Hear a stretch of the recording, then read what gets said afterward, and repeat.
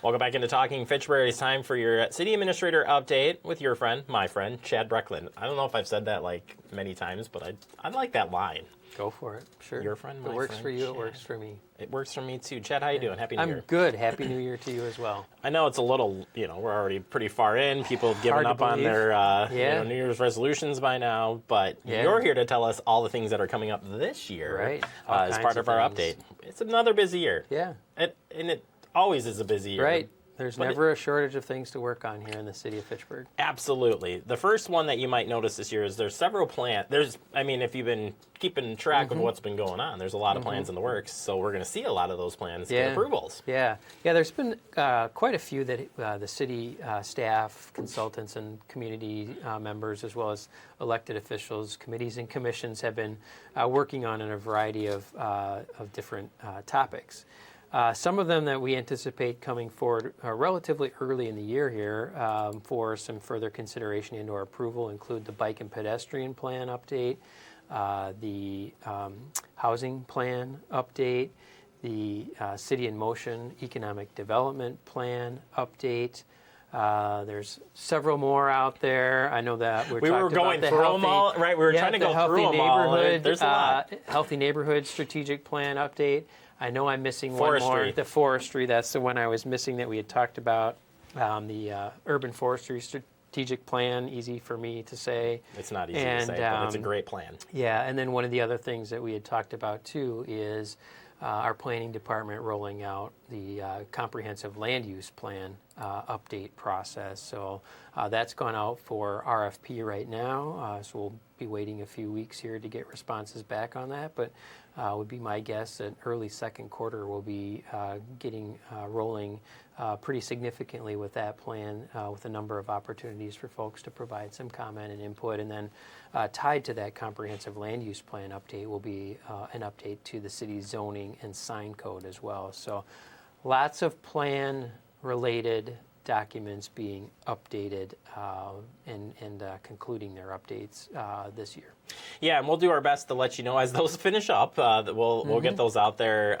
There's comment periods on some of the plans that are out there. There will be comment periods coming up. And then, of course, the comp plan will get you the dates when that outreach does start. So we want to get you involved in that as we get closer. Yeah. And then on top of that, we've got elections this year. It's a busy year for elections coming up. And we got some new polling locations, too. So it's it's a year. Always something going on in the city, as we mentioned, to kick this thing off. But our city clerk, Tracy Oldenburg, and her team, who do a great job with our local elections, they are certainly stellar at what they do, have already begun prepping for an upcoming primary here next month in just a few weeks. There is a primary for our Dane County Circuit Court judge here in the city of Fitchburg.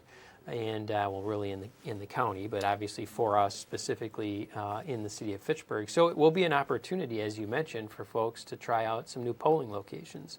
We have added the new Traceway Park facility, currently known as the Hub, on, as I mentioned, Traceway Drive as a polling location for a number of our residential wards in North Fitchburg, North Central Fitchburg. And then we also did some shuffling up of wards on the west side of town where they will be reporting or voting at a new polling location. I think it was Ward 20, if I recall correctly, maybe 19 and 20. So anybody who has a new polling location will be receiving a postcard here coming up in the last week of January. Those will hit the mail. So I do also encourage folks to take a look at myvotewi.gov. There you go, My Vote. Got you covered. There was a My and a Vote and a WI in there. The good news is you can actually go to our website. On the clerk's page, there's a voting section. The My Vote stuff is on there. I was just telling Tracy, I met with her the other day, getting ready for some outreach stuff, and I said, I've really become familiar with that site. It's helpful. It's very helpful. So you can type in where you're at, and it'll give you all the information you need to know about voting. Dates and times and everything else in between. Absolutely. Very helpful. And then in addition to the primary that we'll be having here in the city, of course, we'll have local elections dominating the ballot, if you will, in the voting in April. And then state and congressional elections in November. So it'll be a very, very busy year for our clerk's department and all the folks here in the city that help support getting those polling locations set up. be it our highway park maintenance crew, our building maintenance crew, our IT crew. There's a whole host of folks, our poll workers. It literally takes a village, so to speak, to put these elections on, with 7 polling locations, to get the stuff set up, taken back down, put in storage, staff them, the polling locations during the elections and so forth. So it'll be a busy year. It certainly will. So, and we'll, again, just like everything, we'll keep you updated as those come up. Another part that's happening that's been in the works here this year is the fire and EMS have been working on a couple of different plans. Sure. And people might be asked, like, you're talking with Oregon or you're talking with Rome? What are you doing? Yeah, so there's been a few things happening on the fire and EMS front. In 2025, the intergovernmental agreement for our EMS district that we are jointly with the city of Verona and town of Verona in was updated and renewed, if you will. And there has been some other ongoing conversation that has been discussed most recently at a December Common Council meeting about what's the long-term fire and EMS service provision look like here in the city of Fitchburg. And right now there is an interest from our Common Council to at least explore what it would look like to potentially create a fire and EMS district, minimally with the Village of Oregon and perhaps with other municipal partners as well, depending upon interest. So we are in the process right now of developing a request for proposal that will be sent out here in the coming weeks, seeking consultant assistance with developing effectively a roadmap on if the city of Fitchburg and the Village of Oregon, for instance, wanted to create a joint fire and EMS district to serve those two communities. How might it look? How would it come together? What are the considerations, both positive and not so positive, that our communities and our common councils and boards should be aware of? So we would look to be spending, the bulk of the year gathering information and working with the consultant who would end up creating a report and doing a presentation with the city council as well as the village board in Oregon.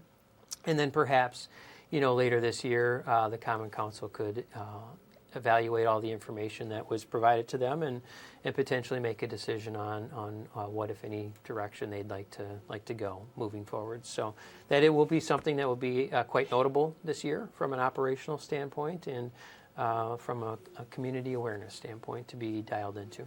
And then you also have a separate plan going on, a collaboration in the works as well with CARP-C, if I remember right. Yeah. And same thing with Fitchburg and Oregon discussions. Right, exactly. So this has come up periodically over the last 25 plus years where southeast Fitchburg, which is immediately adjacent to the incorporated village limits of the Village of Oregon, has been examined periodically for potential development in that area. The city of Fitchburg does not have water and sewer service there. The Village of Oregon does already provide some service in the form of water and I believe sewer as well to the Department of Corrections facility in the city of Fitchburg. There are a couple of things driving some renewed interest in potential development of this area. One is the Department of Corrections is planning to build a proposed juvenile corrections facility in the city of Fitchburg in this area, specifically north of Highway M and west of Highway 14 on land that the Department of Corrections already owns. They have requested sewer and water service from the Village of Oregon as part of this project, and then the Oregon School District has also purchased some land in this area, and while their plans are still to be determined, they do anticipate that the land that they have purchased would be utilized for one or more future school-related facilities.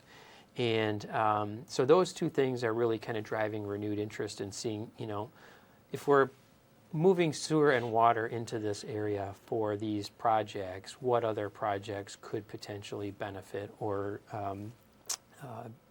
be forthcoming that we want to really kind of consider. So in December, the Common Council approved a contract with CARP-C, which is the Capital Area Regional Planning Commission, to begin just some really preliminary conversations with property owners as well as city staff and some elected officials to determine, what's the interest in developing this area? If it is developed, how might that look? What would you like to see there?